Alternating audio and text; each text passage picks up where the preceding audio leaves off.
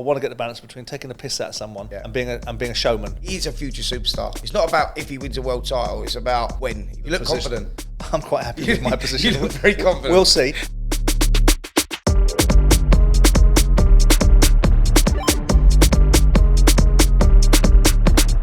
Welcome to Talk Boxing with Simon Jordan and Spencer Oliver. This is episode 24. Don't forget, very important according to our producers, to keep liking and subscribing, keep watching the videos, and of course keep leaving questions in the comment section below. But let us get on with this week's show, Spence. You were up in Birmingham last week. Yep. Is that God's country? No, that's Leeds, isn't it? Leeds is God's country. The Midlands is second city. Yep.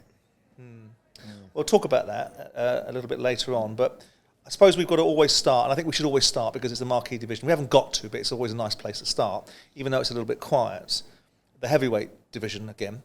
Obviously, we're still waiting to see who's doing what and when. It's a bit quiet, as I just said. But what we do have in the offing, and it's something that we've only touched upon lightly, is this upcoming fight between Daniel Dubois and Alexander Usyk. Do we have a date on that yet? I think they're talking about the end of July, possibly the 22nd, possibly the 29th. No date confirmed at the moment, but that's what's penciled in. And it's sort of gone under the radar a little bit, isn't it? Because of this four-man competition that's been talked about out in Saudi. Like, no one's mentioned these fights that will happen before that. And this is a good fight, you know. Dubois got a good opportunity here. Well, it's also a massive disruptor because all this fanny about who's going to fight whom in Saudi and how much they're going to get paid. I don't know who started that room, how much they're going to get paid. Could be disrupted by the fact that Daniel Dubois, now let's get context.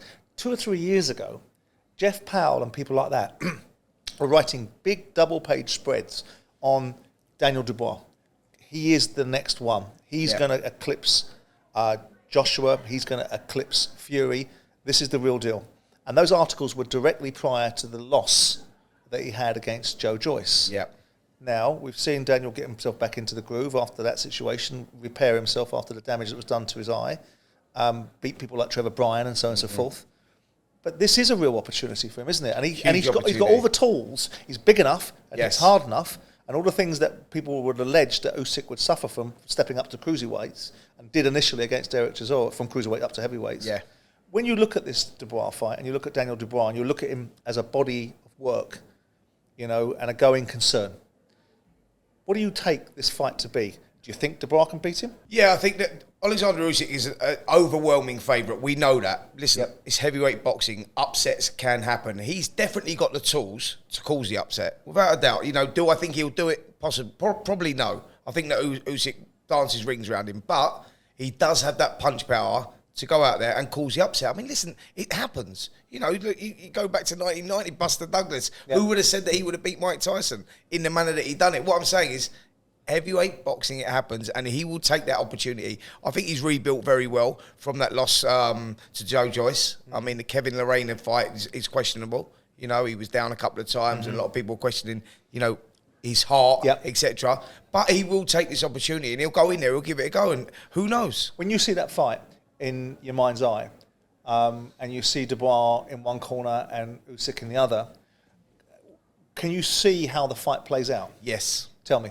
I think that Dubois goes straight on the front foot. Usyk does what he does best, moving around the perimeter of the ring, switching from side to side, and he just gets into a rhythm. That's what he does, and that's what he does very well. He's done that against Joshua, where once he gets into that rhythm, it's difficult to break. He's so clever, he's so smart, his boxing IQ and his ring craft is second to none. And I think that that's what will happen. I think he'll go out there and he'll just slowly and systematically beat Dubois up. That's how I see it happening. I think Dubois is a little bit too one-dimensional for him, but he has the punch power to knock Usyk out if he hits him. Who hits harder? Who hits harder, Anthony Joshua or Daniel Dubois? That's a good question, actually. It's a very good question. They probably hit around about the same sort of... Yeah, I can't mean, like, listen, Daniel Dubois has gone from this shining light, and I think it's slightly unfair that he's almost a sideline now in the conversation because we get to hear about Dillian White and he pops up left, right, and centre because Daniel Dubois is not the greatest of self-promoters. The last time we spoke to him on one of the shows, his dad drove us all insane, didn't he?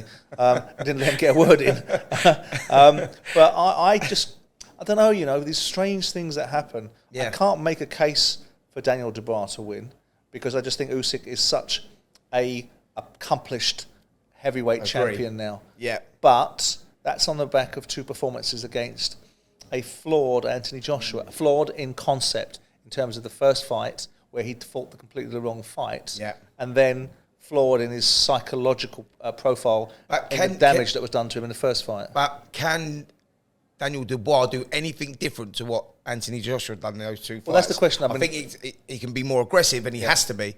That's what we didn't see from Joshua, where Joshua needed to roll the dice, throw the kitchen sink at him, take that risk, and he didn't. It was too safety first, I think, and he allowed Usyk that space. I don't think Dubois will make that mistake. I think he'll, like you're saying, will go in and throw some leather, won't he? Yeah, I think so, yeah. I think he will. And that's what he's got to do. He's got to treat this fight. He's go out there, roll the dice, and go for it. It's got to be educated pressure, but he's got the size and the power to make things difficult for Usyk. But I just don't know if he's got the belief and the capability and the ability to be able to execute, because ultimately all the power in the world, as you will know, is only as useful as you use it. Right? Absolutely. So, I mean, look, it'll be interesting to see Daniel Dubois. It's a great opportunity for him. It's a great belt, the WBA belt. So he's got to take this opportunity. If he loses this fight, where does it leave him? Yeah. It's that rebuilding process, isn't it? Like, look, there's some massive fights out there in Britain alone. You know, there's some big names out there, and there's some big names coming through as well. It's a rebuild. He's a young heavyweight, Daniel Dubois. How old is he now? What is he, like 24? Yeah, 24, I believe. So look, he loses, he rebuilds and comes. You ever see him? Can you make a case for him ever seeing? I suppose if you get the opportunity to fight an opponent, which is substandard, when the belts get eventually scattered, because no one's going to hold them forever. Yeah. Right. Do you ever see Daniel Dubois winning a world title? Have we seen enough from him to suggest that he's capable of winning a world title? Because the hype and the background noise around Daniel Dubois was really loud 2 or 3 years ago, wasn't it? Absolutely. And then we came into lockdown and we saw that defeat against Joyce, because you and I picked him, didn't we? For that fight, we both thought that Dubois would have too much. Yeah, I mean, in heavyweight terms, he's a baby. So like, we're talking about he is. But what I'm saying is there is still a lot of growth in Daniel Dubois. Yeah. He could be still improving. You know, he's not the finished article. If you look at like your Anthony Joshua's, your Tyson Furies, they're all in their 30s. You know, they're in the twilights of their careers now. That's where they're at. Dubois is still very much on the development stage still. So yeah, I think there's still more to come from Dubois. I think we'll see more. And yeah, he's got the capability of winning a world title, without a doubt. Can he beat any of the other ones? Can he beat? Forget Usyk, to say that Usyk has got too much for him, too much nous for him. But can he beat any of the other guys out there, the top heavyweights? Can he beat Deontay Wilder? Can he beat people like Frank Sanchez? I know people think Frank Sanchez is a little bit of a cure for insomnia, right? But can he beat those sort of top level fighters? Can he beat Dillian Whyte? Can he beat those sort of people? Right. This is my thing with Daniel Dubois. This is my doubt that I've got in my mind with Daniel Dubois. Is I'm not sure about his punch resistance, because I'm going off the Kevin Lorena fight, right? And so it planted a seed in my head.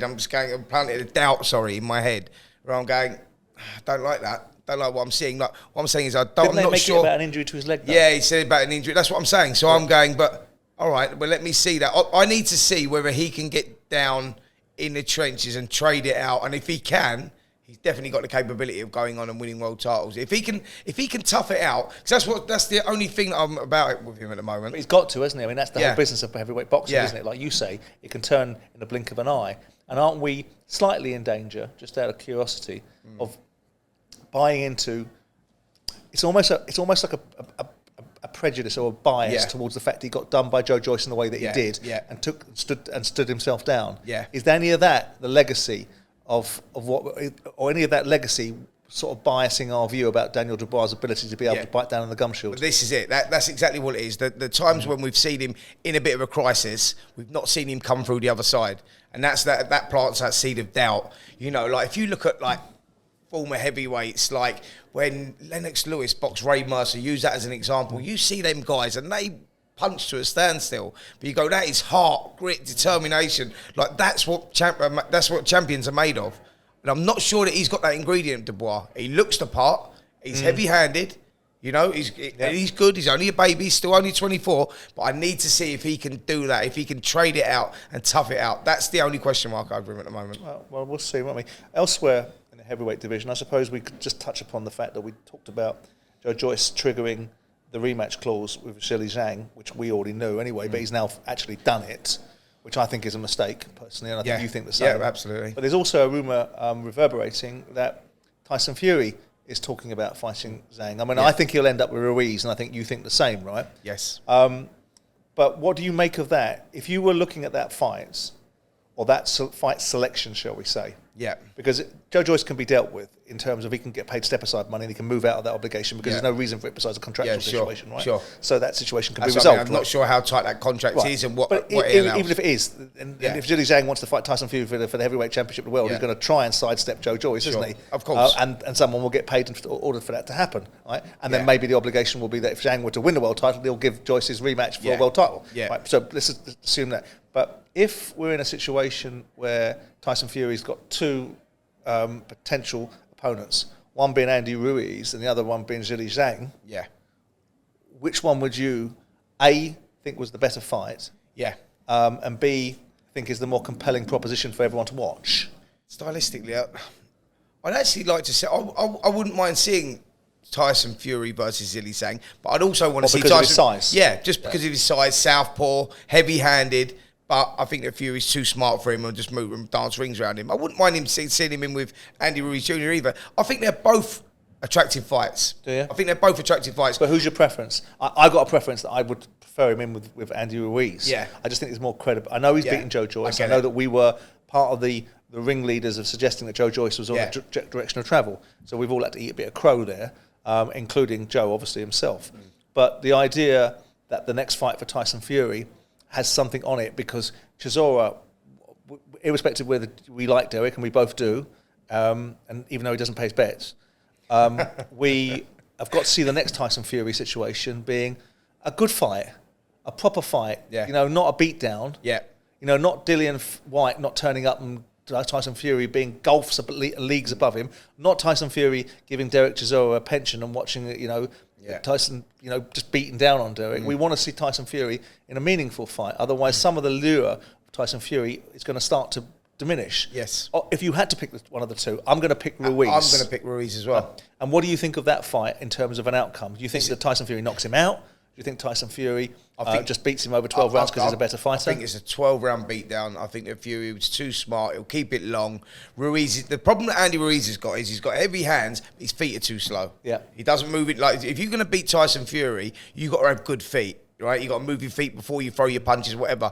Andy Ruiz doesn't do that. He moves, he punches. He tries to close the gap with his hands, not his feet, and it's the feet that closes the gap. Do you understand? So I just think for that reason and that reason alone, I think Fury just beats him up for 12 rounds. But as we know, Ruiz is durable. He takes a shot. He's tough. But I just think it's a one-sided beatdown. But look, that's the better fight out of the two. Yeah. Joshua potentially now talking again, or people around him. I mean, Eddie Hearn was talking last week, and I think he's absolutely right to say it, that he really does want Anthony Joshua to fight in July. I do think it's relatively ridiculous to suggest that you can go into a world title, not a world title, you can go into an elite environment on the back of Jermaine Franklin and 2 defeats to Alexander Usyk. He needs another proper fight before he goes in to fight Deontay Wilder, if that's what's going to happen, which it looks more increasingly like it's going to be the case. Again, are we landing in Dillian White territory, do you think? Or is there anyone else that you think would be out there that you'd like to see Anthony Joshua paired with? I think that's the no-brainer. I think Dillian White is the name that comes to the forefront. I think it's a fight that people would accept, the public would accept. We know that styles make fights. Dillian White's always give Anthony Joshua trouble. And it's a great opportunity. They're at that crossroad, or Dillian definitely is. He's at that crossroad stage where he needs to fight with Anthony Joshua. Joshua, that's a sensible fight for him as well. It just makes sense. I think that would be the sensible fight. I mean, we're hearing all these rumours, all these fights that we're talking about. Anthony Joshua, Dillian White, July. Tyson Fury, possibly Andy Ruiz, July. I think these guys, I've not heard anything about Deontay, actually. No, I was going to say that he'll have to have a fight as well, won't he? I don't know what he's doing, what his plans are, but I think we get all these heavyweights out in July before this competition happens. I think that's probably right. And if you go past July, maybe August, you've got to stretch because then you're starting to move it if you're going to get this December fight on. Yeah. And I saw there's a lot of noise about some of the observations I made last week in terms of the potential splits. And people like Prince Khaled had come out and said from Skills Challenge and some of his oppos, this Umar fellow that rocked up at the Anthony Joshua, Jermaine Franklin press conference, suggesting that I've got it completely wrong. We'll see, won't we?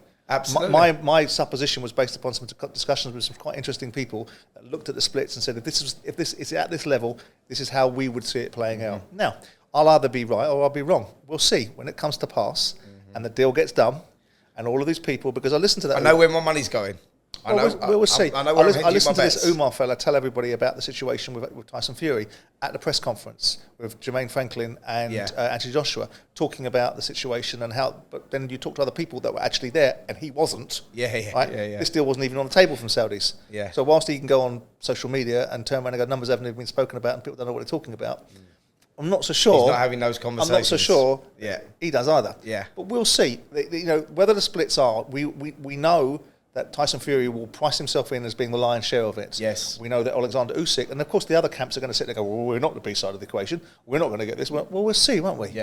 And the bigger thing isn't about how much money he's getting paid. The bigger thing is about getting these bleeding fighters in the ring and actually having these fights, right? Absolutely. Listen, look, it's obvious for me, those 4 fighters, it's obvious where they stand in terms of their financial worth going into this competition. We know Fury's the outstanding number 1. We know Alexander Usyk, who's got all the other belts, will come second. And the other two are fighting for the right to become number 1 again. We'll see, won't we? We'll get to sit here and people will get to turn around and say, you were right or wrong, won't we? But the bottom line is the fact is we're the ones that started the You look position. confident. I'm quite happy with my position. You look very confident. We'll see. But the greater position will be when it comes to the proof of the pudding's in the eating, right? Sure. The bottom line is, who's the A sides of these conversations? Fury and Joshua. What's the scale of the fight? If we get these numbers, I'm not so sure I'll be too far away. Anyway, look, let's leave the heavyweights where they sit right now, and hopefully we're going to see a bigger and a busier week of activity in terms of getting certain things nailed down. And let's move on to another heavyweight scene, the light heavyweight scene. Which is a wonderful division. It's always been a division that fascinated me, all the way back to when John Conti fought Matthew Saad Mohammed. You know, and obviously John Conti was the poster boy of British boxing. Splash it all over, wasn't he? Didn't he do the adverts? He did, didn't he? Yeah, he done everything, mate. Yeah, he did, absolutely. He was the poster boy. Absolutely. And we've got this vibrant light heavyweight scene, you know, not just at the top of the tree with the Bivels and the Paterbievs, but our scene. You know, domestically, Callum Smith, Anthony Yard, Craig Richards, Dan Aziz, and, of course, Josh Buatsi, who we saw out last week. Now, I don't know how to describe this, so I'm going to leave it to you because you went to the event. I'm a massive Josh Buatsi fan. I believe that Josh Buatsi has the capability of winning a world title. And I believe that... As we both have. We always have, But I didn't see a scintilla of that on Saturday night. There's a number of reasons for that, though. Like, do you know what I mean? Like, people are very quick to write him off straight away. Oh, that's it. You know, he looked terrible. He's done. He can't survive with Callum Smith. He won't even beat Dan Aziz. You know, you got to give the geezer a break. He's been out of the ring for a year. Yeah, he's had contractual problems. He's now set up. He's got this new platform, Sky Sports Boxer. He's got in there. Stepien was an unknown quantity. He was an unbeaten fighter who fought a super middleweight last time out. Yeah, absolutely. But no, I'm not saying that. And it was a below par, lackluster performance. I thought he looked sluggish. He looked like he was walking through treacle at times. You know, his range was terrible. He was getting caught. He was throwing the jab and bringing the jab back to his chest every time and getting caught with right hands. Well, if he makes that mistake against those guys that I've just mentioned, he's going to get nailed. You know, they will set the trap and he'll get nailed. But we can't go on that performance because he won't box like that if he goes in against a... Well, that's what I was going to say. I mean, I'm going to... You know, obviously I watched it on Saturday evening. And of course, you know, Josh Buatsi is one of those most likeable fellas. Right? But he's not one of the most bankable, charismatic individuals. You know, over the body of work that we've seen previously, there was one question of going back some time about the reality of how committed he was to the cause, right? And obviously he's gone and got himself a trainer, gone across to America that now committed himself to training in America.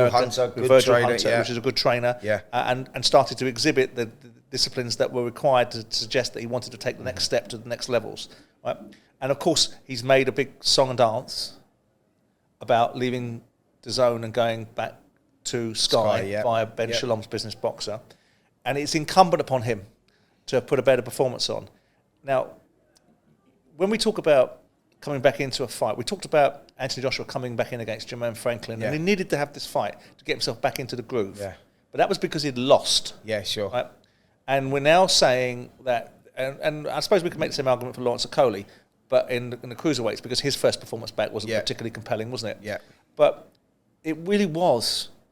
if you've been out of the ring for 12 months, yeah, and you've felt there's some injustices about the manner in which you've been represented, and you know there's a doubting Thomas sort of mentality about what you are, wouldn't you be like a wild bull in a china shop? I'm glad you said it. I spoke to him, through the week. I was with him, for the 3 or 4 days before the fight, and he was telling me about how it was going to go, what he was going to do, the statement he was going to make, and he needed to make a statement because I said to him, listen, Josh, you're at a stage now where we have always talked about you as not being just the best prospect in our country, but the best prospect globally. I said, you haven't really pushed it. It's been a bit stop-start. Now you've got the opportunity, and you need to make a statement. Because people like Dan Aziz, like he's number 1 with the WBA now, Josh Buatsi. Dan Aziz is number 2. He's just picked up the European title. He's got the British title. He's got the Commonwealth title. And I said, they've all sort of caught Buatsi up, even overtaken him. But Buatsi's sort of become the forgotten man.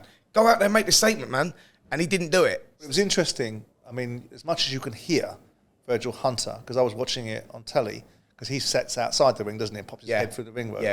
And you never catch him much on it. But he seemed to be very happy with the performance. Yeah. Seemed to be quite comfortable with the manner in which Buatsi was happy with the performance as well, speaking to him afterwards. We was expecting you to go through the gears, but you've done that a couple of times in the fight and then pulled yourself back out. Was that down to being inactive, or you just felt that you wanted to get the rounds under your belt? So many assumptions, but the positive is that I got the rounds under the belt.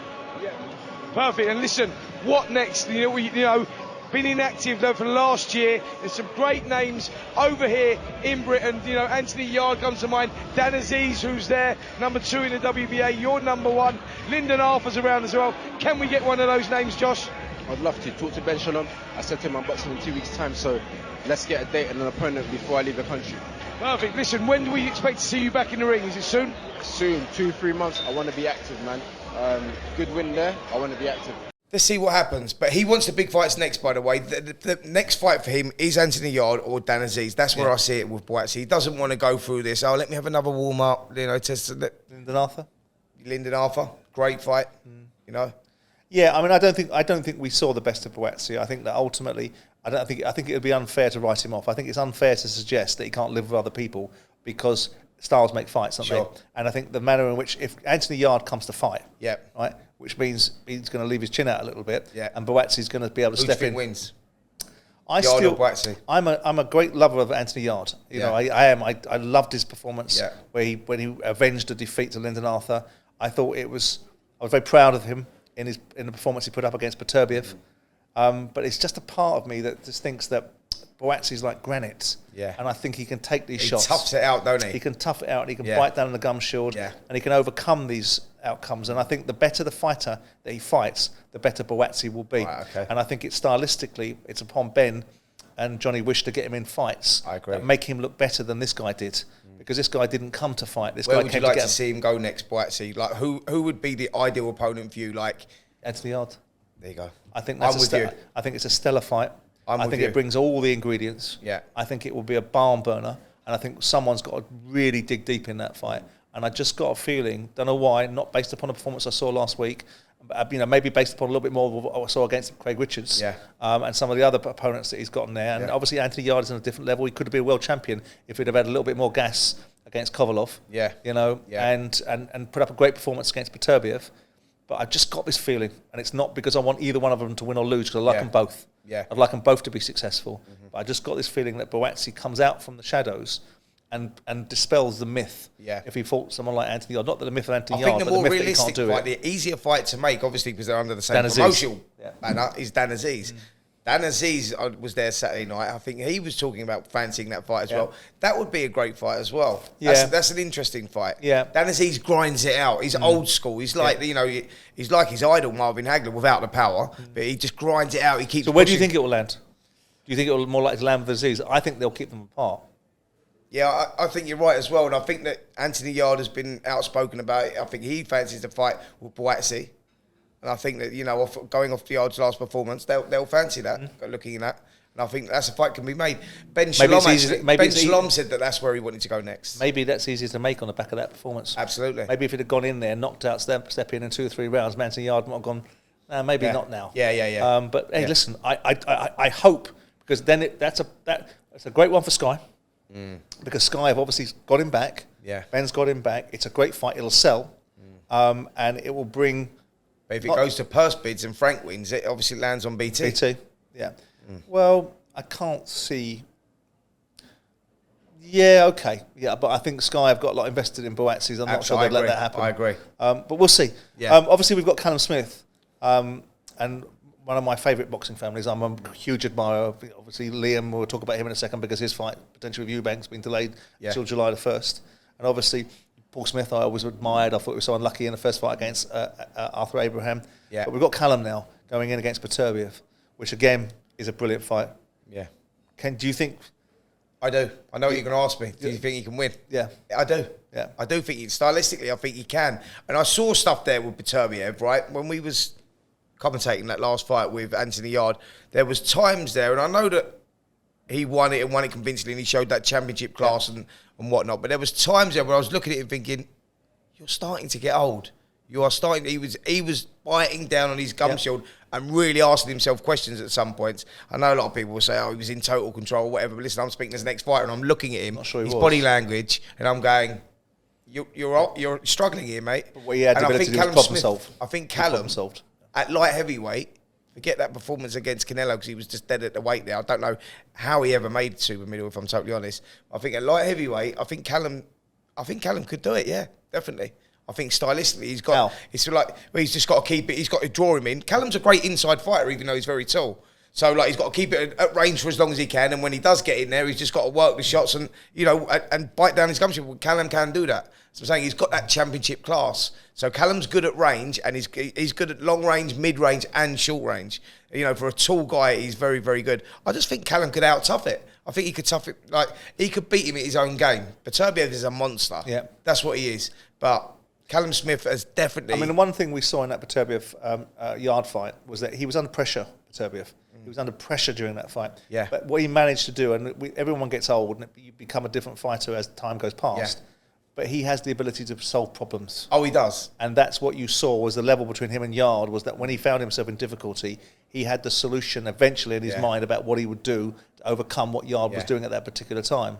That's the difference between Yard and Beterbiev. What I'm saying with Callum Smith is he's got that ability as well. That's what makes him so much more interesting. He's got that experience, the ability. He's been there before. He can tough it out. It's a great fight. Yeah, it's a great fight. I think so too. On the subject of light heavyweights, we've got one coming up at this moment in time that Ben's got as well. That was on your bill on Saturday night.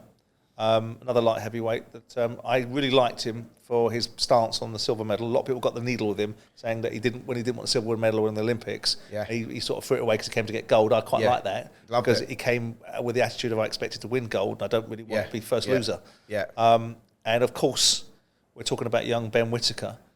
Young-ish, he's 25, 26 this year. But this is a star in the making. He is. I mean, obviously, we've only seen him in 3 fights. Yeah. But we've seen him on Saturday night. I get the balance right, or want to get the balance between taking the piss out of someone and being a showman. Yeah. And obviously hopping across the ring and blowing kisses at the audience and swinging his hips around sort of sits on the line of the two, doesn't it? It does. What do you make of it? I think it's a genius move from his point of view. Yeah. Because what's everyone talking about? Yeah. You see that kid hopping around, dressed up, imitating Naz and coming with the screen. And people are calling him a pound shop Naz, aren't they? Absolutely. Listen, they're talking, and that's the point. And this kid can fight. He's a future superstar. Yeah. It's not about if he wins a world title. It's about when he wins a world title. That's what you think? Absolutely. Yeah, I got that feeling about him. Absolutely. I've got that feeling about him. Now, obviously, we're basing it upon the body of work that he hasn't done yet. Yeah. He's only done 3 pro fights. We're looking at his amateur career. We're looking at him stylistically and thinking this is the real deal. We're looking at the whole package because he's got that feel of an elite, other elite competitor, hasn't he? How quickly can they move him along? I mean, ultimately, I think they'll have to move him quickly, Simon. I think he's one of those fighters he's of that pedigree. If you're good enough, you're old enough. What was his injury? Because he's been out for a while. Yes, he's had a shoulder injury. He boxed on the undercard of Alexander Usyk versus Anthony Joshua last August. Yeah. I believe he had a shoulder injury. He had time to get that repaired. Because he fought in July 22, then he came out in August 22. Yeah. So they're obviously going to get him out frequently. I think he went into that second fight injured, which was probably not the right thing to do. But I think that's where he's at. He just wants to move. He wants to move quick. He wants to fight regularly. He's a showman. Yeah. And actually, he's a lovely kid as well, as I you know, know. I've spoken to him. He's a Yeah, lovely absolutely. kid, right? Forget like this character that he's building. For me, that's genius because he's got people talking about him. Yeah, but what do you, away, okay, but but he can as a back that fighter, up. He can talk the talk, walk the walk. as a fighter, you as a former fighter, Yeah. because I used to have this problem, and I said it to Barry McGuigan the other day in a different discussion about I never liked what Naseem Hamed did to Steve Robinson. Yeah. I thought it was there's piss. a line between the piss. taking the piss and respecting another guy that takes the courage to get in the ring with you. And I know that it's part of Naseem's character. I never liked it much. Yeah. And I didn't, and in fact, he got his comeuppance with Manuel Antonio Barrera and never came back from that. Always diminishes my view on Naseem Hamed. Yeah. And maybe I'm in a minority of one there. But when you watch Ben Whittaker, would you like to be saying to him a little bit less of that? And a little bit fucking more of this? I would, but I know what he's like. Like, if you told him less, he'd do more. He's one of those guys, do you know what I mean? He's just, that's what he would do. Like, he goes, look, he knows what he's doing. He's very smart, you know, in what he's doing. He goes, look, he knows it's Marmite. Some people love it, some people hate it. But everyone will talk about it. Everyone would talk about it. Naseem Hamed done the same. I remember Naseem Hamed, when he won the European title, he beat a guy called Vincenzo Belcastro, a guy that I beat actually in a European title fight. He won that in his 11th or 12th fight, I believe. And are you trying to index yourself into the same space as Naseem Hamed? I mean, obviously, I beat him as well, and I'm just telling you where I was at. But anyway, back to Nas. You don't need to talk about me. Come on, Simon. I agree. You don't need to talk about me. I agree. But yeah, he took the piss out of Vincenzo Belcastro, he'd boxed for a world title a couple of times before, drew for a world title, good established fighter, and people didn't like it, but you remembered it, and it was a great performance. Although he took the piss like Ben Whittaker, it was still genius in what he'd done. Like, if you look at that... Have you ever seen a fight up across the ring and land a punch? No, I haven't. I haven't. I mean, Roy Jones Jr. has done some fantastic stuff, touching his feet and knocking opponents out. And Naseem Hamed equally, you know what I mean, like looking away, whacking, knocking them out. Punches, yeah. I've never seen a geezer hop across. But you remember it, right? Well, anyway, we'll get to put that to him because he's coming in next week, isn't he? Obviously, there was a big fight in Mexico. Yes. On the weekend, where our own John Ryder went in on the very daunting task of dealing with being the 8th cab off the rank on these aisles to try and have a go at Canelo Alvarez. Yeah. I suppose before we talk about the whole event, because it was quite a spectacular evening in terms of what the show they put on there, which is a credit to Eddie Hearn, but also a credit to the environment that Canelo Alvarez chose to have the fight in. I suppose we've got to turn our mind towards John Ryder. He's taken Canelo Alvarez the distance. I think Alvarez described him as the most difficult fight of all the 8 British fighters it had, whether that's Rocky Felding or Matthew Hatton or Callum Smith or whatever else. What did you make of it for John? I thought that was an unbelievable effort. I really do. I knew he was going to do that anyway, John. I know his makeup. I know what he's like.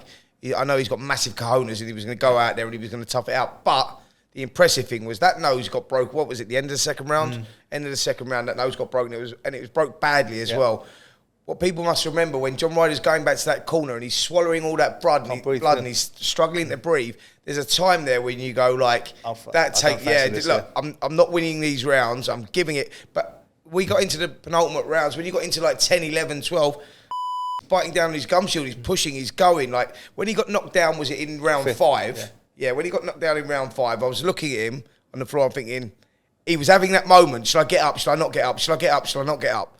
He was very close to not getting up. He got up and he it out. I thought that was a brilliant effort. I really did against, I think Canelo's slowing, by the way. I think he's definitely slowing. Yep. He's down to single shots now, looking for power shots all the time, not putting the clusters together. But you saw together. that against Billy Joe Saunders, didn't you? Yeah, but that's what I'm saying. I think he's just, he's a guy, forget his age. He was the younger 60-odd fights. Yeah, and some of them have been proper tough fights. But I've got to applaud John Ryder for that. I thought that was a brilliant Where does it leave effort. John now? Where does he go? He gets paid now, doesn't he? He can go legitimately out there and get in some decent big fights. Triple G. Stick him in there. Really? Absolutely. Do you know why? It's a calculated, educated gamble. Yeah, risk return. Because if he goes in with Triple G is at that stage where he is slowing massively. We saw that in his last couple of fights. I mean, when he won the WBA title back against Murata, actually, there was times there he just looked slow and ponderous. So he still grind it out. That's what he does, and against Canelo as well. But I think timing. Look, Triple G obviously started favourite. But what I'm saying is, He's 40-odd years of age now. And I go, John Ryder's at that level now. But John Ryder wants to get paid. He's done his graft. He's, you know, you go back to when he got knocked out by Nick Blackwell, 2015, seventh round KO. Yeah, You're looking at him there going, wonder if he'll win a British Where's title. your career going? Yeah. Yeah, where are you going? How he's, you know, sort of reinvented himself, and that's down to hard work and determination, and that's what he's done. He's a grafter, John, and now he needs to be rewarded. So go in Triple G, because I think that's a winnable fight. That's an opportunity for him, and hopefully he'll get those opportunities, because whilst I'm not in the camp of saying I want to celebrate someone losing, I do think you have to give credit where credit's due. Yeah, I mean, the moral victory, really, wasn't it? Yeah, I mean, there's no nobility in getting your face punched in, but there was also, in this particular sport, as you will know far better than I, that the gumption that it takes and the sheer resilience that he must have been prepared to show to have gone 12 rounds in the way that he did, the broken nose, and all, because he even said himself the anxiety he felt going back to the corner where he can't breathe, he's in a space that he's probably not been too many times. A lot of blood, it wasn't a little bit. And you're looking across a ring at someone that's doing that to you and capable of doing even worse. Yeah. You know, you've got to give him a lot of credit, and I hope, from John's point of view, that, you know, A, he recovers well from this, and there's no challenges as a result of it. B, his nose fixes properly. Where would you like to see him go next? I'd like to see him get paid. Yeah, I'd like do you think Triple G is a good option, or would you like to see a big British fight? I don't know if they can make that fight. Yeah. Is there any reason? I mean, this was a voluntary defence. For Canelo, wasn't it? Yeah, and he yeah, picked the fight that would suit him to win. Where's the juice in that fight for Triple G? Because he's just put up that performance, so he'll be recognised, you know, by the American fans. And I just think that it's a fight Eddie's probably well connected with Triple G's team. And I just think it's a doable fight now. Can you see him fighting anyone like Caleb Plant or anyone like that?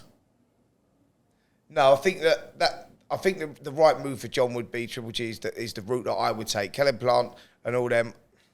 No, I mean, I can see him fighting any of them, if I'm honest. On that performance, you've got to, you know, I think he's earned the stripes. I really do.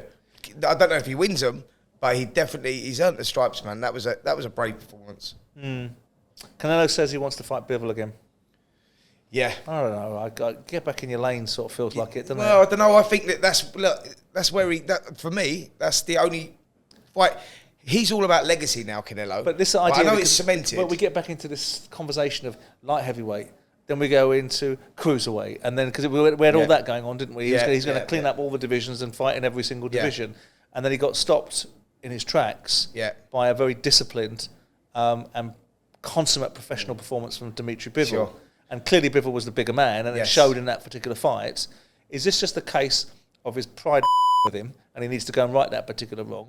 Or do you actually believe that Canelo Alvarez is going to go in there and deal with Dimitri Bivol? Have we made Dimitri Bivol? Are we in danger of making Dimitri Bivol better than he actually is? Because we saw him against Craig Richards, and we made a case for Craig Richards to win that fight. But that was just a below par performance. I think Dimitri Bivol has come into his own in his last couple of fights, and I don't think that we are overrating him as a fighter. And I think the performance that he put in against Canelo was unbelievable. But here's the twist in this one. That I think they'll make that fight a super middle, and Bivol's not a super middleweight; he's a light heavyweight, and getting him down. I think getting down to super middle would him, and I think that's. So Bivol won't take it then, will he? Yeah, he will. He's talked about it. Because he gets paid. He's talked about it. He said, "Yeah, look, he'll come down," and that's where this fight is very winnable for Canelo. At light heavyweight, Canelo does not beat Bivol. Why would Bivol do that? I mean, okay, Bivol gets paid more from fighting Canelo Alvarez, but then why level it up for Canelo? Why make it in his space? Well, because rather than yours, your advantage is you're bigger. From the talk from his side is, well, we can make super middle. If the fight is a super middle, we'll make the fight a super middle. But listen, he wins the fight at light heavyweight. That's a false equivalency, though, isn't it, to some extent? Because Canelo Alvarez doesn't beat him like for like. Yeah, he drags him into a space where he disadvantages his man. Yeah, because he's the one who made all the noise. He's the one who wants to step up the weight classes. Absolutely. If you're gonna do it, mate, you have to do it at light heavyweight because that's where the damage was done. Because otherwise you don't write that wrong. What do you make of the idea of Billy Joe Saunders coming back? I mean, I'm a huge fan of Billy Joe Saunders, but where does he come back and who does he fight? Eubank Jr. again? Yeah, possibly Eubank Jr. Is that how Eubank Jr. gets paid? John Ryder. He beat John Ryder before on points. John Ryder's gone on to, get a few good victories. There's fights out there. There's paydays out there. And Billy Joe Saunders sort of retired with that only defeat on his record. What was he, like 30 and 1 now? Something like that. Yeah, I think, so... And he's beat some big names, and there's definitely a market for him. Interesting. Can you get any sense of what his motivation may be? I'm just a fighting man, that's what I do. Or is it that there's opportunities to get paid? No, it's Because nothing. Billy's It's ballooned not up a about. bit. It's not about payment because he's financially secure. I know what it's all about is that he still feels that there's a bit of fight in him. And when fighters retire, at that point when they retire, they think, do you know what? I've had enough of this. Like they're sick of the training, getting up, and the repetitive work. Once they're away from it for 6 or 8 months, they're just like, you know what I mean? There's a he's big been away void for it in their in the life. larder, isn't he? Huh? He's been away for it in the larder. Yeah, he's been. So part of 2 that years he's been out in the larder. Yeah. And so he's got some weight to shift to get back into it. Yeah, absolutely. But he's shifted that weight. Is he back in good? Yeah, he looks a lot better. Okay. I mean, he doesn't live too far from me. And there was, lucky him. Yeah. Are you a neighbour? You come round for some milk and sugar? Listen, I can't get into our personal relationship. You know how friendly we are and all that. But no, You've got no friend. he's lost.